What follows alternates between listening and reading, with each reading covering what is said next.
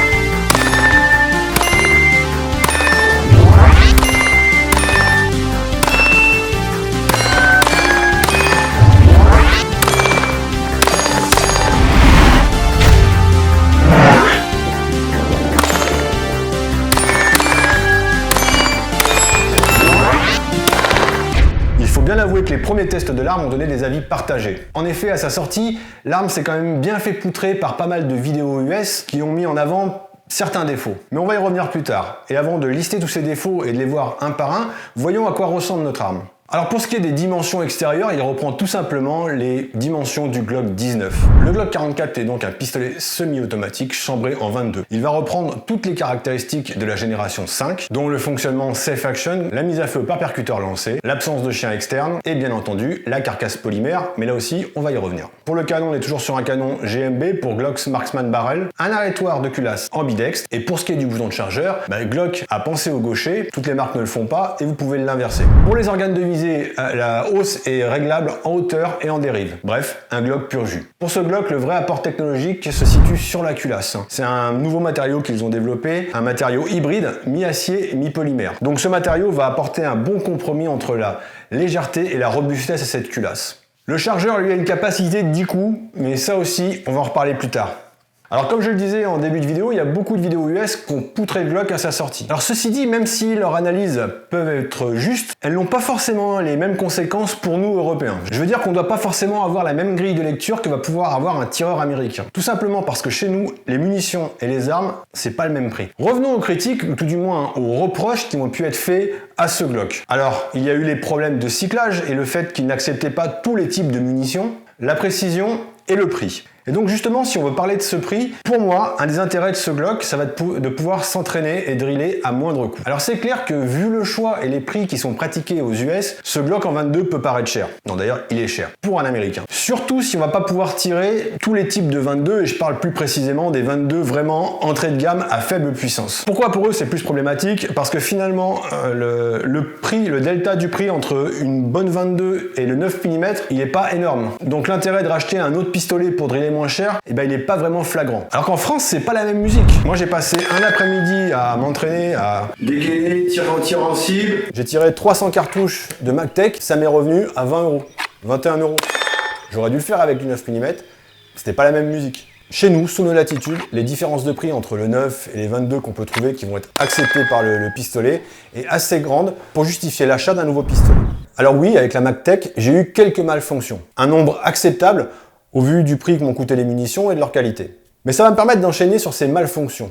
Les malfonctions, je vais les classer en deux types. Les mécaniques et ce que je vais appeler les fonctionnels, et je vais vous expliquer pourquoi. Les mécaniques tout d'abord. Je veux vous rappeler que nous sommes sur un Glock qui fonctionne de la même façon que ses cousins Glock 17, Glock 19, etc. Et qu'il est doté d'un ressort récupérateur identique aux autres modèles de la gamme. Et qui va tirer une munition relativement faible, mais qui devra être malgré tout capable de faire se mouvoir un ensemble mécanique. Il est donc pour moi frappé du sceau du bon sens qu'il faut avoir une munition assez péchue pour permettre le cyclage correct de l'arme. Cyclage qui pourra être rendu compliqué par un deuxième facteur que je vais classer dans les défauts fonctionnels. Et au vu des éléments techniques qu'on a énoncés avant, il est clair que notre prise en main et surtout la position de nos pouces peuvent venir interférer dans la cinématique de l'arme. Pour ma part, j'ai eu beaucoup de problèmes de cyclage tout simplement parce que j'ai une prise en main très haute avec mes pouces qui frottaient légèrement contre la culasse. Et j'imagine que Glock a cherché le compromis parfait entre le poids de la culasse et la puissance de la munition pour que ça puisse cycler. Et le moindre frottement des pouces peut venir un petit peu interférer avec cette cinématique et le cyclage. Si sur un Glock 17, les pouces n'ont pas posé de problème, c'est clair que sur un 22, ils peuvent poser problème. Et une fois ce facteur pris en compte, tout simplement, j'ai vu le nombre de défauts de cyclage baisser de façon drastique. Donc en conclusion, pour ce point de fonctionnement, le Glock fonctionne avec la plupart des munitions en 22, mais oui, il peut avoir des problèmes avec les munitions les plus faibles. Pour ce qui est de la précision maintenant, là encore on fait souvent porter le chapeau à notre arme pour des défauts qui viennent de nous. Comme on le dit souvent, le problème vient souvent de l'interface arme-sol, c'est-à-dire ça vient de nous. Donc là, plutôt que des grands discours, on va aller faire un test en cible, puis on va essayer quelques trickshots et voir ce que ça donne.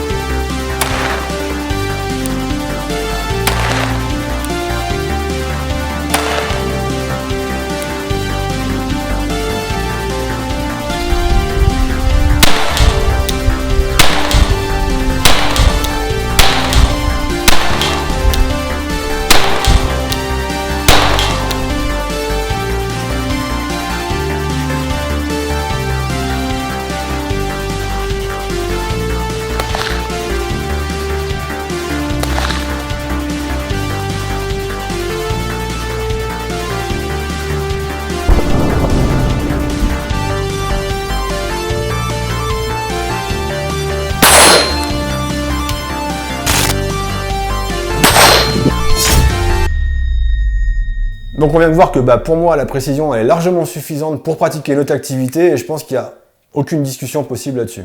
Alors ceux qui disent encore que ça tire en haut, à gauche, après il y a peut-être un réglage à faire et après surtout se régler soi-même. Ce qui me fait penser que si vous avez besoin de vous régler, n'oubliez pas d'aller participer au concours de l'INIT, ils ont rajouté des cours de pistolet à gagner, il y a plusieurs cours de pistolet à gagner, ça vous permettra de progresser, c'est gratuit, la seule chose que vous risquez c'est de gagner et de participer à un cours. Alors, est-ce que je conseillerais cette arme à un pote? Oui, je l'ai déjà fait. Et est-ce que je l'achèterais? Non. Non, je l'achèterai pas. Parce que j'ai déjà assez d'armes et puis que non, je vois pas l'intérêt. Pour résumer, voici ce qui m'a séduit chez ce Glock. Premièrement, c'est un Glock. Pour moi, Glock, c'est synonyme de fiabilité et c'est pas cher. Le rapport qualité-prix est vraiment très très bon. Donc je persiste et je signe. Ce Glock va me permettre de m'entraîner à moindre coût. Après, l'autre point fort pour moi, c'est un Glock. Donc ça veut dire que c'est les mêmes commandes, je peux faire les mêmes manipulations. Le chargeur, on va y revenir après, a la même forme que n'importe quel chargeur. Vous pouvez mettre un chargeur de G19 dans le Glock 44, l'encliquetage se fera, il n'y a pas de souci. Les commandes sont les mêmes. Et comme c'est la même carcasse, je peux me servir aussi de mes accessoires, de mes holsters. Là, avec ce Glock 44, surtout si vous avez déjà un Glock, vous allez pouvoir vous servir de vos holsters, de vos porte-chargeurs, de tout. Donc comme je le disais, voilà, ce Glock, il va me permettre de pouvoir faire tout ce que je faisais avec mon G17 à moindre coût, et je vais pouvoir me servir de mes holsters, de mes porte-chargeurs. Et maintenant, si on prend l'inverse, je pense que c'est une arme qui peut être intéressante pour débuter ou avoir dans un club pour avoir des débutants, parce que déjà, vous allez les faire tirer avec un Glock, donc c'est plutôt cool. Et ou souvent, quand on débute, on peut avoir des appréhensions avec le 9 mm. Là, vous allez pouvoir les faire travailler sur un 22, ils vont pouvoir apprendre les manipulations de base, et ils auront plus après qu'à changer de modèle de Glock, mais tout le travail que vous allez fournir pour leur montrer, approvisionner, contrôle de charge, retrait des cartouches, ils ne le perdront pas, ils pourront le transposer après sur une autre plateforme. Je trouve que ça, c'est un réel avantage. Pour faire débuter quelqu'un, voilà, vous le faites débuter au 22, comme ça il n'y a pas la pression du calibre de la détonation, c'est un petit peu plus doux, c'est très bien. Mais le travail que vous allez fournir pédagogiquement, il ne sera pas perdu parce que vous allez pouvoir le transposer sur un autre Glock après. Point super important sur ce Glock, on va pouvoir faire une chose qui pour moi est vraiment révolutionnaire pour le coup, sur un 22, on va pouvoir travailler à sec, la percussion à sec ne posera pas de problème et n'endommagera pas votre arme. Donc ça pour moi, c'est vraiment une réelle révolution parce que jusqu'à maintenant, le travail à sec avec le 22, c'était pas possible.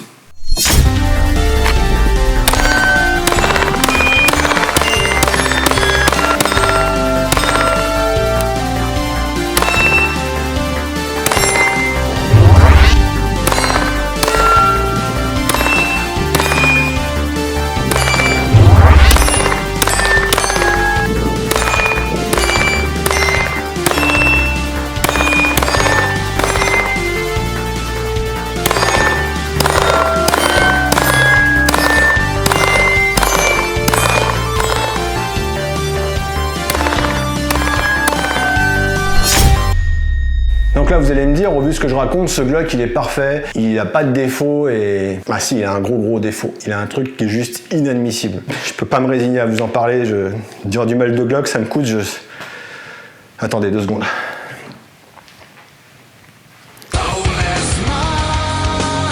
Ouais. Non, tu me déranges pas trop, non. Qu'est-ce qu'il y a? Faire une vidéo? J'ai pas trop le temps, mais ouais, je peux trouver 2 minutes pour le faire. Chérie, le voisin est encore en train de me mater sous la douche. Va chercher le fusil à pompe. Bon, le Glock 44 est son fameux chargeur de seulement 10 cartouches. C'est ridicule, mais faut savoir que cette arme est avant tout faite pour des gens qui sont capables d'acheter un Glock en 22 long rifle. Donc ça va. Faut le dire, l'arme n'est pas non plus exceptionnelle, mais certains vont quand même l'acheter malgré qu'on lui ait retiré toutes les qualités qui lui restaient. Ouais. Comment ça, j'encule trop de monde d'un coup, il faut que je m'en tienne au texte de base? Ah ouais, c'est vrai, pardon. Mais si vous achetiez des armes correctes aussi, on n'en serait pas là. Bref, il faut savoir que cette arme est sortie assez précipitamment. Aux USA, certains états autorisent les chargeurs à haute capacité et d'autres les limitent à 10 cartouches. Donc à sa sortie, il n'existait que des chargeurs de 10 cartouches, histoire de pouvoir les lancer dans tous les états. Les hautes capacités sortiront un peu plus tard. Hein?